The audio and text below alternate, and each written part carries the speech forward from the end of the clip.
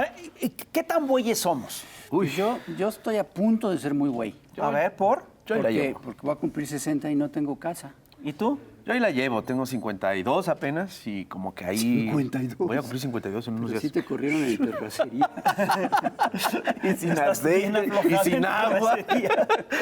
Oye, pero eso de la casa, a ver, aquí hay... Güey, pero por otras razones. Sí, por otras razones. Tú no Pero eres eso- nada, güey. Bueno, pero eso de la casa, yo creo que para resolver los problemas de vivienda es con que se concibió el Infonavit, ¿no? Pero ¿cómo le hago yo yo, no tengo para no ser Infonavit. güey ya en un par de años? A ver, yo creo que para eso le pedimos justamente al director del Infonavit que viniera, ¿Carlos Martínez? Carlos Martínez. Mira, ya está tocando. ¿Ya llegó? A ver. Carlos Martínez. ¿Cómo están? Bienvenido. Bien, ¿y tú? Bienvenidísimo. Gracias. Qué gusto Pásale, que vengas pásale, acá. pásale. Este es tu lugar. Adelante, adelante. Por favor. ¿Tú me vas a poder decir cómo no ser muy güey dentro de unos años? Todavía les falta. Uy, cuéntanos. Oye, Carlos, Bienvenido.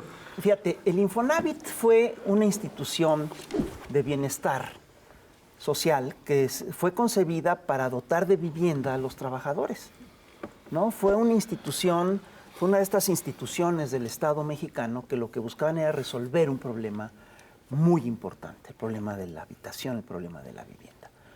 Sin embargo, con el tiempo se convirtió en otra cosa. Lo que nosotros vimos es que el Infonavit empieza bien, empieza ayudando y apoyando a los trabajadores y de repente se convierte en otra cosa, se convierte en un negocio. ¿Qué pasó con bola el de Infonavit? tranzas. ¿Cómo se corrompió el ¿Qué Infonavit? quiere decir Infonavit? Es el Instituto del Fondo Nacional de la Vivienda para los Trabajadores. Y como bien decía Fis, o sea, se crea la idea original de la vivienda y los trabajadores la hace Flores Magón. Y lo pone en el ideario del Partido Liberal Mexicano. Y ahí establece, y es la única constitución que lo tiene ligado, la seguridad social, la vivienda. Por eso la constitución lo retoma desde el 17.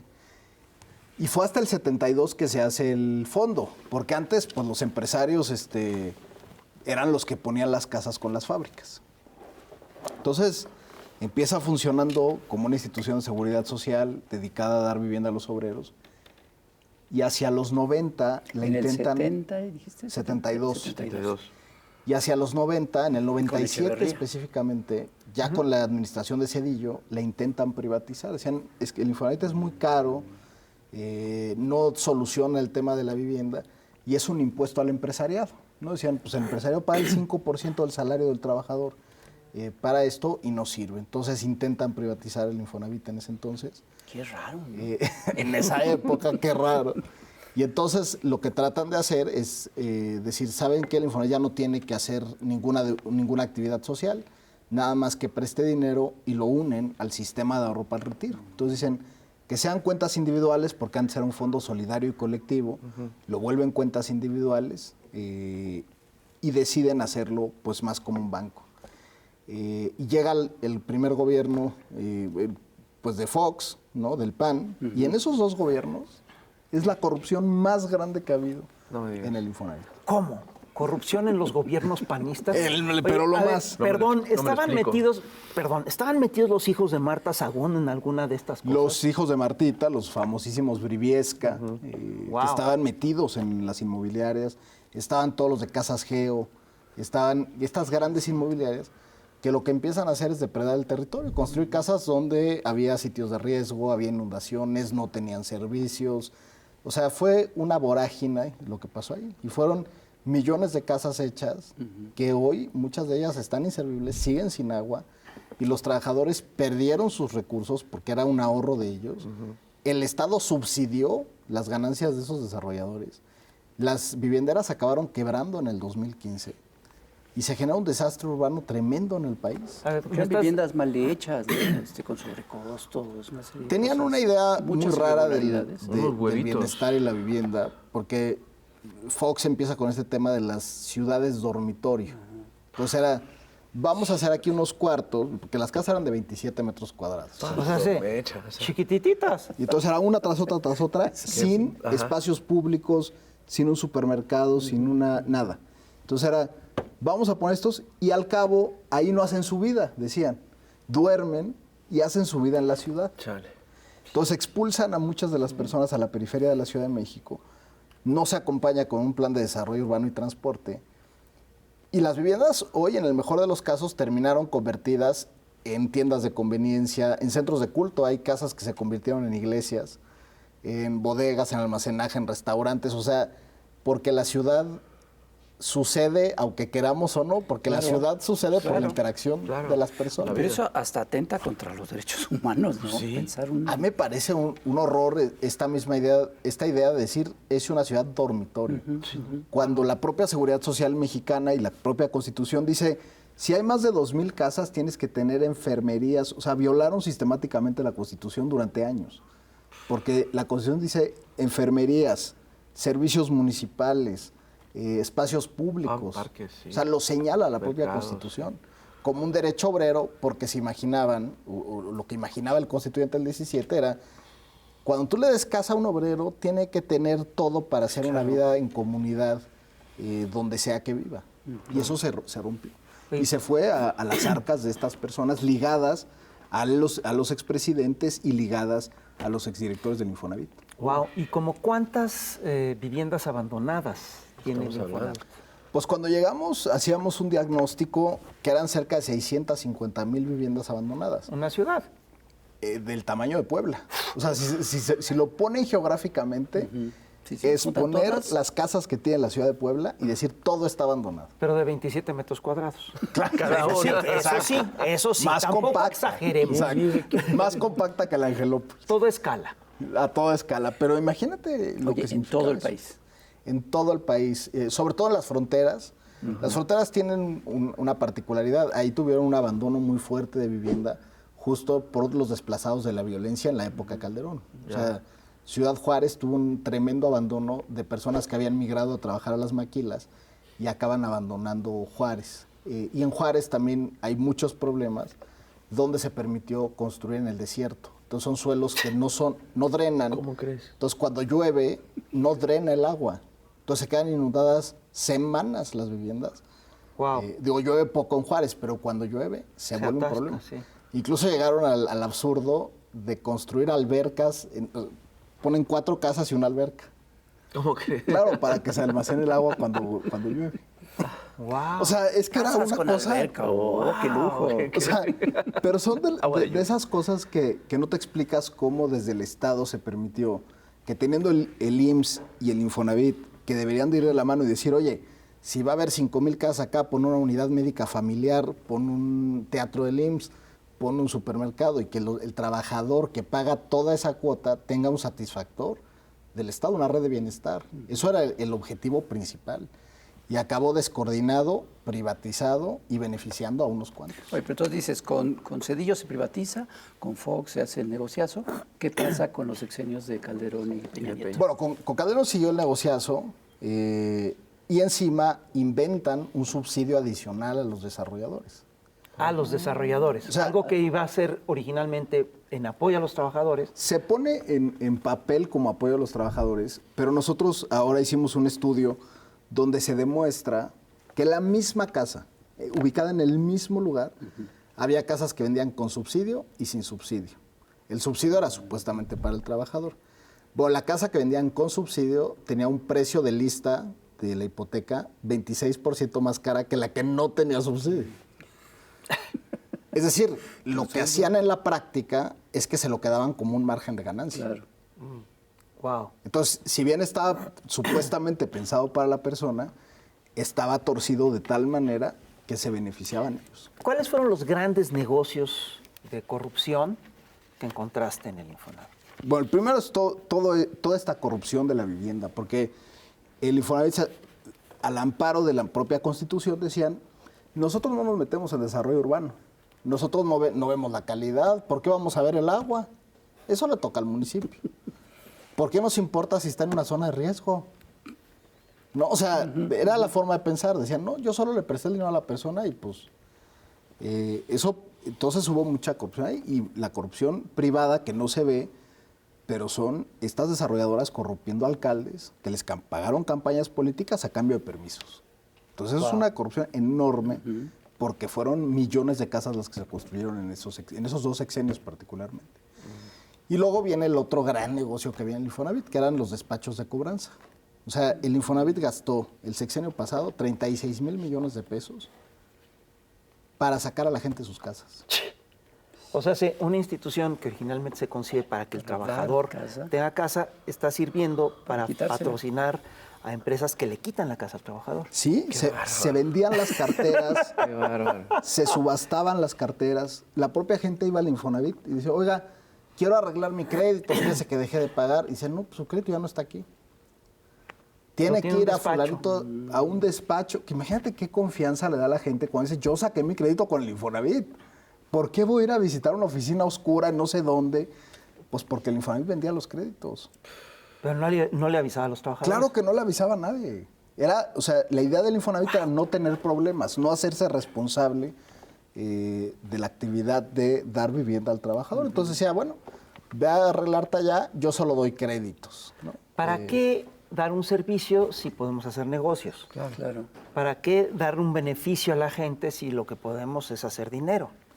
Y más violentado los derechos humanos. En el caso de estos despachos, en el sexenio pasado lo que se vio es que en unos 4 juzgados en Torreón se litigaron 200,000 hipotecas que el Infonavit fue a reclamar para traérselas de regreso, pero que los dueños de las casas vivían en Cancún, en Ciudad Juárez, en Tijuana, y acababan en un juzgado en Torreón. Y entonces los jueces, porque había un contubernio entre el Infonavit y los jueces, era de, está en rebeldía, el trabajador no vino a su juicio. No. Porque lo citamos aquí puntualmente. Ajá. No, ¿sabes cómo lo citaban? En el diario oficial de Coahuila, que no sé quién lea, No. no, la Gaceta Oficial de Coahuila, El edicto. decía, no, pues el fisgón tiene que venir a su juicio. A ver, entérate. Wow. Entérate. Por eso perdí mi casa en Pues, Cancún. ya ves, se te olvidó. Y entonces se declaraba en rebeldía y decían, y en 45 días el Infonavit se regresaba a las casas. ¿Y como qué porcentaje de todas las casas entraban en este tipo de casos? Pues mira, solo eso se dio en los últimos 3 años del gobierno anterior. Entonces, en este mismo periodo se colocaron 900,000 créditos nuevos y se mandaron 200,000 a este tipo de juicios. Oye, una pregunta, porque ya nos vamos a ir a corte. Nombres. ¿Quién se benefició de todas estas cosas? Seguramente hay políticos, seguramente hay grandes empresarios, aparte de los hermanos Briviesca, que Bueno, ya mencionaste. ¿Qué puedes decir? En la parte de Lo que puedas decir, claro. desde luego, en la parte de vivienda, pues fueron sobre todo los panistas, ¿no? Ok. Y ahí están los Briviesca, pero también muchos, los Orbañanos, etcétera, que estaban en estas empresas de desarrollo urbano, bueno, supuesto desarrollo urbano. Y en la parte de los despachos de cobranza de abogados, pues los políticos del PRI de la vieja guardia, ¿no? Ahí está Beltrones, estaban, o sea, muchos de ese tipo de políticos Beltrones, estaban metidos en eso. O sea, eran como coyotes, Murats, los coyotes. los Murats Otro viejos y tipo. todo eso. Estaban, pues, eran coyotes, literalmente, Coyotes que de quitaban cuello las blanco. casas. Que por cierto, se eliminó Ese es buena otro parte del tema. tema, los Sí, coyotes. yo Los quería coyotes, tocar el tenemos coyotaje, un minuto. El coyotaje. Ajá, porque ese es un gran problema. Pero eso era parte de la desinformación y creo que lo que nos pidió el presidente de ir con la gente y explicarle a la gente, ir a las fábricas, a las unidades habitacionales y decirle a la gente, así funciona el Infonavit y darles información real, es lo que ha no ido cayeran disminuyendo. Porque cuando te alejas y no conoces a la persona y vendes los créditos y los mandas a unos despachos, Claro. pues se fomenta más el coyotaje. Ah, es que es una de las grandes cosas que se fueron eliminando, pues, ¿no? Sí. Tenemos que ir, ahora sí, vamos a un corte comercial y regresamos, así que no te vayas, Carlos. No se vayan.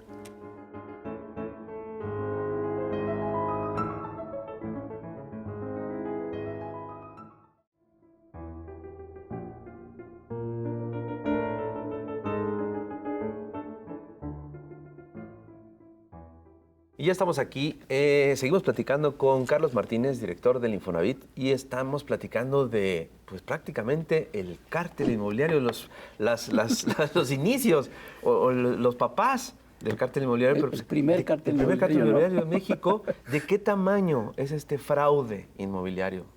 Pues mira, estamos haciendo los cálculos, pero creemos que por magnitud y tamaño es incluso más grande que la burbuja inmobiliaria de Estados Unidos que truena en 2008. La que provocó la gran crisis. La gran crisis. Enorme, que hasta película hay ya. Aquí en México creo que no se notó porque existe el Infonavit. O sea, en lugar de ser dinero de los bancos privados que acabó en Estados Unidos contaminando el sistema financiero, el Infonavit pues acabó asumiendo ese costo. Y es un costo social enorme. O sea, estás hablando de casi ahorita mucha de esa cartera vencida es de esa época y de esas empresas que construyeron eso. Y son 400 mil millones de pesos. O sea, y es una cosa muy grande, pero que además el agravante es que se hizo con ahorros pensionarios de los trabajadores mexicanos. Y eso yo creo que debe ser pues muy escandaloso. Con el fondo de las pensiones, con los fondos... Es que el Infonavit, cuando Claro. lo meten en la época del sistema de ahorro por el retiro, si tú no usas tu Infonavit, te complementa la pensión. Claro. Entonces, en el fondo es un sistema, es un fondo pensionario que invierte en casas. Entonces, imagínate utilizar los ahorros de esos trabajadores para hacer millones, o sea, 2 millones o 3 millones de casas entre estas 3 empresas que acabaron en el abandono, que acabaron sin pagarse, que acabaron subsidiadas y que las empresas acabaron quebradas y que no hay nadie. Las empresas en la son cárcel. Geo, Omex y Urbi. y las 3 están quebradas. Las 3 quiebran, las 3 cotizaban en la bolsa. O sea, es muy parecido al fraude americano, a lo que sucedió con la burbuja, pero aquí en lugar de irse a los mercados financieros, impacta directamente hacia los ahorros de los trabajadores. Qué poca. Es enorme lo que Y pasó. se tragaron los ahorros de los trabajadores. Pues sí, porque el Infonavit pues acaba teniendo ese quebranto asumido dentro de sus finanzas, ¿no? Afortunadamente, la política que ha tenido el presidente de aumentar los salarios, etcétera, pues ha hecho que las finanzas del Infonavit y del IMSS ambas vengan creciendo en un ritmo muy saludable, porque es porcentual, la cuota que se paga al Infonavit es porcentual al salario. Y si sube el salario, pues mejoran las finanzas. Claro. Oye, pero estamos hablando verdaderamente de una descomposición brutal. Me estás contando nuevas formas de corrupción, nuevas formas de saqueo al dinero de los trabajadores, a los fondos de los trabajadores. ¿Qué se ha podido hacer para corregir todo eso? Bueno, primero que nos pidió el presidente y que él lo detectó durante la campaña, obviamente todo su recorrido en el país histórico, pero en la campaña del 18 detectaba mucho estos créditos impagables y estas amenazas de desalojo. Entonces, las primeras 2 instrucciones era, no se desaloja a nadie. Claro. No se desaloja. Sí. Y no se contrata despachos y ni se vende la cartera. Entonces suspendimos las subastas de cartera, suspendimos los juicios masivos, que eran estos que les platicaba en Torreón, y suspendimos cualquier forma de desalojo para las personas. Y fue un poco reasumir un rol desde el Infonavit de ser responsables de lo que habíamos hecho. Y fue volvernos a acercar a la gente, conocer cuáles eran sus formas de pago, porque hay gente que quería pagar. Pero el Infonavit no les aceptaba el pago. Llegaba la gente y decía, oiga, le pago 1,000 pesos para irme poniendo al corriente. No, es que ya no tengo el crédito.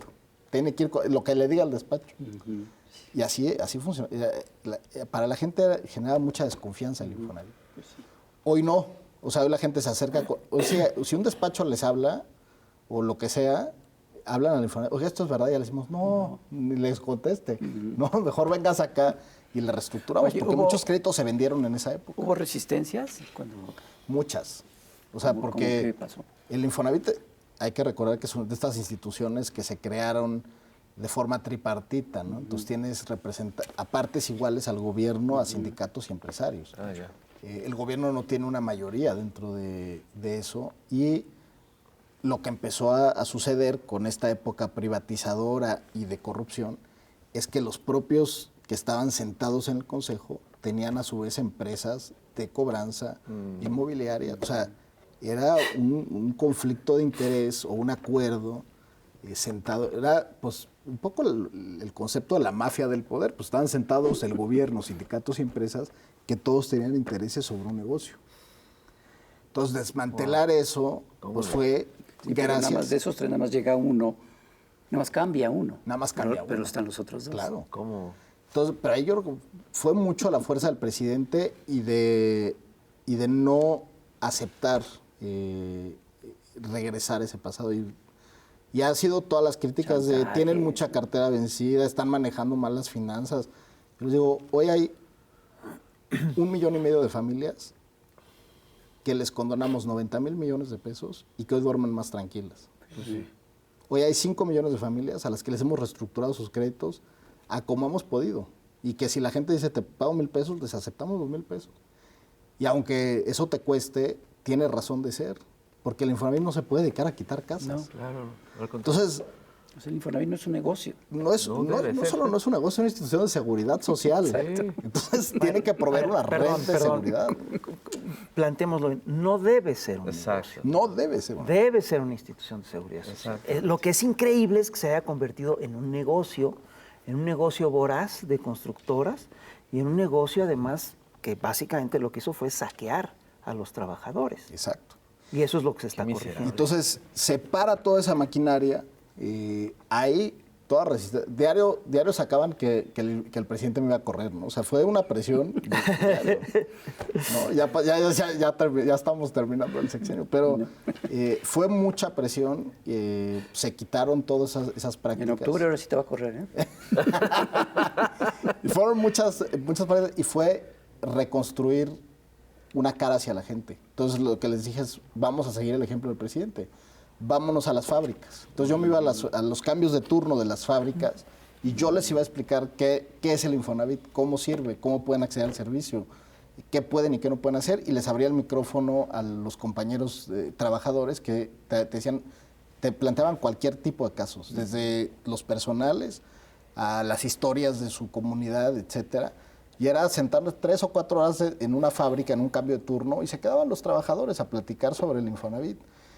Y la otra fue rescatar en las unidades habitacionales que había hecho el Infonavit en los 70, como el Rosario, Iztacalco, Santa Fe, Belén, aquí en la Ciudad de México, fuimos a instalar los sábados y poner mesas de diálogo y que la gente nos dijera cuáles eran sus problemas y cómo los podíamos ayudar.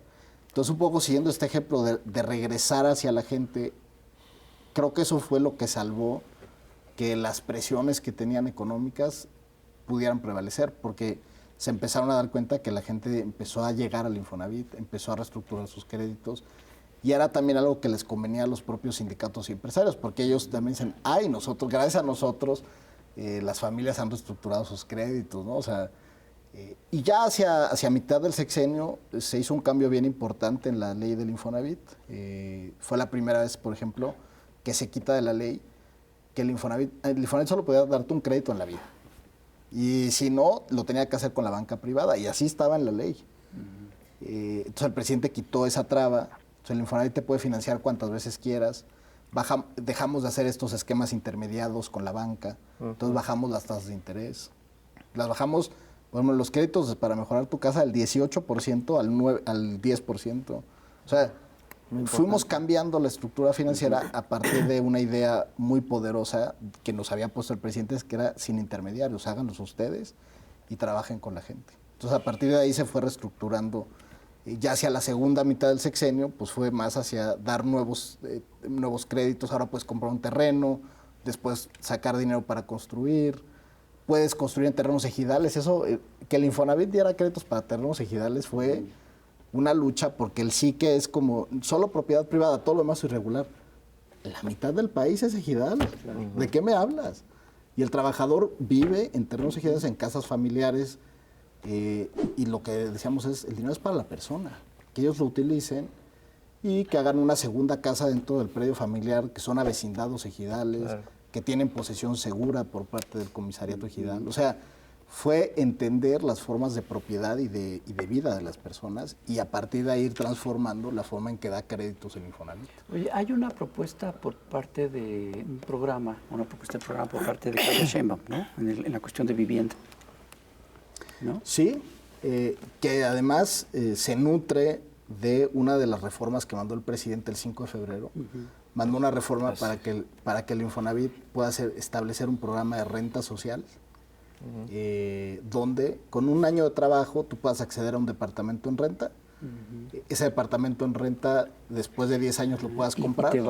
Y te valen todas las rentas que has pagado. Wow, Fíjate. está buenísimo. No serías tan güey. No estarías tan güey. Hay que Oye, aplicar y esa. esto, ¿cuál es el futuro de buenísimo. todo esto? ¿Qué es lo que sigue? Ahorita ya se aprobó, justamente ayer, en estos días se aprobó en la Comisión de Puntos Constitucionales de la Cámara de Diputados. Ya queda listo para la siguiente legislatura, al inicio. Es una reforma que ha generado mucho consenso. La verdad es que incluso los partidos de oposición estuvieron a favor en el dictamen. Y con esto se puede sustentar muy bien el programa que la presidenta electa ha dicho, que es vamos a hacer 1 millón de viviendas, al menos que la mitad sea el Infonavit quien invierte esos recursos en construirlas, y que estas viviendas sean para generar estas rentas para los jóvenes, y que puedan tener perspectiva de construir un patrimonio, pero que además nos coordinemos con las instancias de seguridad social y que se pueda coordinar las inversiones, porque a mí me parece que es increíble que no se haya hecho antes, pero coordinar las inversiones de hospitales, de escuelas, etcétera, y tener una visión de cuidados en ese sentido. O sea, de lo que se trata es de que menos mexicanos lleguen a ser bueyes a la edad de 60 años en términos xochitlianos, pero esto ya como una política de Estado. Con una política de Estado basada en la seguridad social y en el bienestar de todos los trabajadores, con mejores salarios, mejores pensiones y ahora también mejores casas y salud. Sí, es un todo, pues. Que tiene que ver con vivienda, con salud, con la cuestión laboral. Y con pensiones. Es todo el paquete de la seguridad social. Y detrás de esto está básicamente, esencialmente, la lógica de que el Estado no tiene que ser el proveedor o el paraguas de los grandes negocios, sino que le tiene que dar bienestar a la población. Así es. Sí, y en el tema de vivienda, te digo que es bien sintomático que siendo nuestra Constitución la única que lo tenía, aquí se decidió que se fuera el sector privado quien hiciera. Cuando es de los sectores más regulados en el mundo. La verdad es que qué atrasados son ustedes, ¿eh? Sí. El estado de bienestar no es negocio. Tú no me hables, porque eres muy güey todavía. Uy, yo también, man. Carlos, no te vayas, vamos a despedir el programa para el aire, para la televisión, pero vamos a seguir platicando en el Plus de YouTube, ¿te parece? Y ya estamos aquí en el Plus de YouTube del Chamuco TV y estamos platicando con el director del Infonavit, Carlos Martínez, y estábamos ahorita platicando en el corte de que hay escandalosos titulares de periódicos y columnistas que dicen que el Infonavit está quebrado. Pero sí, raro. que está endeudado. Lo mismo que dicen de Pemex, lo mismo que dicen de CFE, de todas. ¿Es verdad eso? No, o sea, justamente la política salarial del presidente ha sido una cosa increíble para el Infonavit. Hoy tenemos, por ejemplo, nada más para que se den una idea, en este sexenio es el sexenio que más crédito hemos repartido, 1.2 billones de pesos. Es el más grande de la historia del Infonavit. A ver, una aclaración. Es cuando más dinero tienen porque el Infonavit vive de los salarios de los trabajadores, Claro. Y el salario ha subido. Entonces, una de las consecuencias del alza salarial es la salud de la buena del administración. Infonavit. Y de la seguridad social, porque Claro, lo mismo tiene el IMSS. El IMSS, ¿cuántos años se discutió de que estaba a punto de quebrar y hoy ya no es un tema? Y el tema de las pensiones. Hoy las pensiones podemos hacer un fondo de pensiones para el bienestar y pagar el 100% porque hay mejores salarios. Entonces, Es que el aumento del salario es una cadena. Claro, es una cadena. teniendo todo Entonces, esto. aunque repartimos más crédito que nunca, hemos crecido un fondo de inversión que es el sobrante del programa de crédito, que pasó de 150 mil millones en 2019, ahorita tenemos cerca de 800 mil millones de pesos que se administran en inversiones, en inversiones gubernamentales. Entonces, ayudamos al país también de ese lado, con inversiones en infraestructura, etcétera, y a la vez eso genera rendimientos que ayuda a pagar parte de las pensiones de los trabajadores. Entonces, se vuelve un círculo donde el Infonavit actúa no solo en la parte de prestarle dinero a las personas, sino también en generar inversiones y dar a la economía también parte del financiamiento. No solamente no están quebrados, sino que están teniendo un segundo aire muy bueno. Exacto, y tiene que ver con una visión de una política salarial que incide en todo, en el consumo. Digo, muchos de los ingresos que tenemos como país por IVA, etcétera, es porque la gente puede consumir. Claro. Porque las personas a los 65 años tienen una red de protección segura a través de la pensión de adultos mayores. Porque esta idea de deprimir el consumo a los 65 era ridícula. O sea, malvada. Era malvada. Claro. Era condenar a las personas adultos mayores a morirse de hambre. Inanición, sí, prácticamente. A muerte prematura. Oye, y todo esto representa pues una perspectiva interesante para el próximo sexenio. Sin duda, porque ahora también que se ha propuesto en la Constitución que el salario siempre suba por encima de la inflación, te aseguras de manera permanente que siempre vas a tener ingresos mayores en términos reales para las instituciones de seguridad social. ¿Ya te ratificaron para el próximo sexenio? Eso no me toca. Bueno, pues es que se ha visto que ha habido varios nombramientos que realmente son ratificaciones. Tú no sabes si vas a continuar. No, pero ahorita hay que concentrarnos en la reforma, ¿no? Claro. En sacar adelante la tarea. En sacarla y en comunicarla a la gente, ¿no? Hemos estado haciendo incluso como asambleas para comunicar la reforma. Hicimos una encuesta hace poco, el 81% de los trabajadores que conocen la reforma está a favor y el 74% estarían dispuestos a rentarle una casa al Infonavit. Wow. Entonces la gente está ávida de que esta reforma salga. Ustedes tienen digamos, un acercamiento con David Harvey, que es un teórico fantástico británico.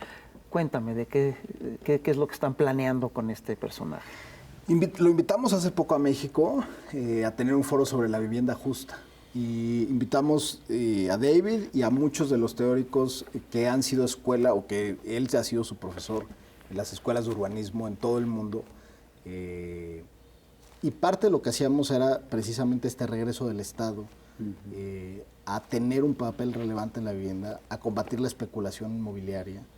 Y a ver la vivienda por su valor de uso y no su valor comercial o inmobiliario. Y esa parte es fundamental, porque como se plantea ahora, ¿no? Una república de derechos, o que es un derecho humano, si tú lo ves como un valor inmobiliario, no puede ser un derecho, porque automáticamente excluyes a quien no puede pagar ese valor comercial. Claro. Cuando lo ves por su valor de uso y cómo la persona va a ser beneficiaria de esa vivienda y ese derecho, puedes, como Estado, pues subsidiar, generar mecanismos de financiamiento que lleguen a la persona y que no estén sujetos a las especulaciones inmobiliarias. Y eso fue mucho de lo que discutimos con Harvard, que está en su libro de Ciudades Rebeldes, pero que muchas de estas ideas tienen consecuencias. Nos presentaba también otro teórico que está en London School of Economics, algo muy similar a lo que está pasando en el mundo. O sea, hay un movimiento global que está combatiendo a los grandes fondos de inversión que de repente compran miles de viviendas en los centros de ciudad en Europa, por ejemplo, y excluyen a toda la población. Leí un tuit que decía, pensábamos que los ocupas iban a acabar con nuestras casas y fueron los fondos de inversión. Claro, o sea, sí, claro. Porque compran todas las propiedades, no les importa quién viva, quién las use, dónde estén ubicadas, porque las ven como un activo financiero que se puede nutrir de rentas y de pagar dividendos. O sea, no les importa nada.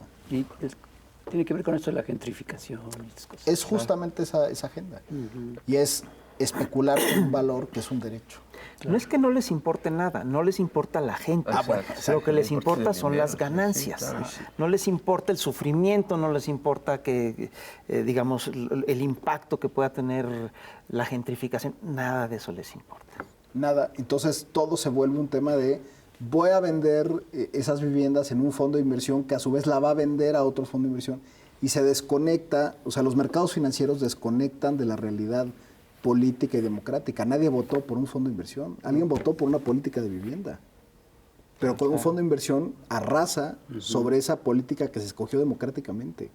Y eso pasa no solo en la vivienda, ¿no? O sea, esta idea de los mercados financieros sin fronteras, cuando tienes las democracias en las fronteras, o encerradas en una realidad política, se vuelve un quiebre enorme. Por eso tienes súper ricos, ¿no? O la desigualdad crece. Oye, Carlos, hay un tema, ahorita que hablabas de derechos humanos, democracia y todo esto, y el progreso, y lo humano, sobre todo. Tuviste un problema con el sindicato, con respecto a una bandera afuera de las instalaciones que me pareció, a muchos nos pareció ridículo y retrógrada. Bueno, fue un acto... ¿Qué fue lo que pasó? Cuéntanos ¿Qué todo. pasó? De violencia inusitado, pero cada mes de junio desde 2019, como todo el gobierno, porque además todas las instituciones como promotoras de derechos humanos, se ha visibilizado la inclusión y los derechos de las comunidades LGBT. Claro. Entonces, cada año ponemos la bandera arcoíris afuera del Infonavit. Cada año, ¿eh? Bueno, este año, justo, porque además la pusimos después de la elección, enojadísimos. Que cómo se nos ocurría poner una bandera que no fuera la bandera de México, decían es propaganda. Y es esta idea de la derecha, de que existe una ideología de género y existe una conspiración progresista para acabar con los valores familiares. Sí. Y esa fue la discusión. Y entonces el líder sindical llama a sus agremiados a cortar y arrancar las banderas. Pero además, o sea ningún año habían tenido ningún problema. En ningún año habíamos tenido. O sea, si hubieras puesto una bandera del América, no hubieras tenido este problema. Pues no sabemos. Claro. O de las Chivas, no sabemos. Pero, o sea, lo increíble, y por eso lo denunciamos como un acto de homofobia, porque yo al ser parte de la comunidad LGBT, imagínate siendo el jefe de la administración y tener al líder sindical, que es quien representa a los trabajadores, haciendo eso. Pues, es que es bien feo. Pues sí. Bueno, al final la Fiscalía de la Ciudad de México determinó una orden de restricción y pues no se ha acercado al Infonavit. Y están las denuncias corriendo pues en CONAPRED, COPRED, la Comisión de Derechos Humanos. Porque sí nos parecía que como institución del Estado mexicano no podemos dejar pasar este tipo de cosas, porque justamente nuestras instituciones tienen la obligación de promover los derechos humanos, no de cancelar los derechos humanos. Sí. Y eso fue pues un acto de cancelación, un discurso de odio, etc. La reacción de la comunidad de la población LGBT fue increíble. Fueron al día siguiente a coser las banderas. Qué bonito. Entonces fueron a hacer un acto de bordado de las banderas.